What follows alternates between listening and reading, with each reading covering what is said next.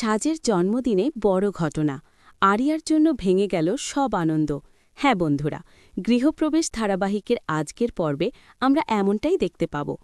Area কিছুদিনের জন্য শুভলক্ষ্মীর বাড়িতে থাকতে এসেছে। থাকার জায়গা না থাকায় বাধ্য হয়েই তাকে এখানে আশ্রয় নিতে হয়েছে। কিন্তু মনের মধ্যে শুভলক্ষ্মীর প্রতি তার গভীর রাগ, কারণ কয়েকদিন আগেই এক ঘটনার জন্য শুভলক্ষ্মী তাকে সবার সামনে চড় মেরেছিলেন। সেই অপমান আরিয়া ভুলতে পারছিল না। রায়বাড়িতে তখন সাজের জন্মদিনের প্রস্তুতি চলছে। সাজ রায় পরিবারের আদরের মেয়ে, খুব খুশি মনে সব আয়োজন দেখছিল। বাড়ি আলো আর ফুলে সাজানো, রান্নাঘরে ব্যস্ততা, অতিথিদের আসার প্রস্তুতি, সব মিলিয়ে আনন্দের পরিবেশ। দূর থেকে এইসব দেখছিল আরিয়া। তার মনে হচ্ছিল এই আনন্দ যেন কোনোভাবেই পূর্ণ না হয়।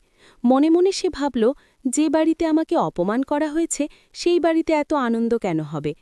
জন্মদিনের কেক আনতে সময় আরিয়া ইচ্ছে করে কাজের লোককে ভুল খবর দিল, ফলে কেক আনতে দেরি হয়ে গেল।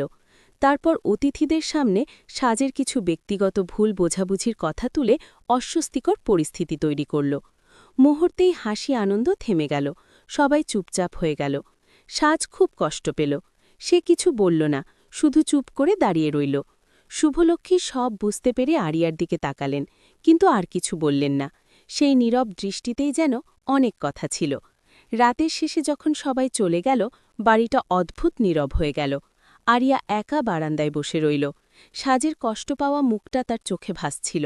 সে বুঝতে পারল, রাগের বশে অন্যের আনন্দ নষ্ট করা সহজ, কিন্তু তার ফল নিজের মনেও ভার হয়ে থাকে। সেদিন সাজের জন্মদিনের আনন্দ সত্যিই ভেঙে গিয়েছিল, আর আরিয়ার মনেও প্রথমবারের মতো অনুশোচনার একটা চাপা অনুভূতি জন্ম নিল।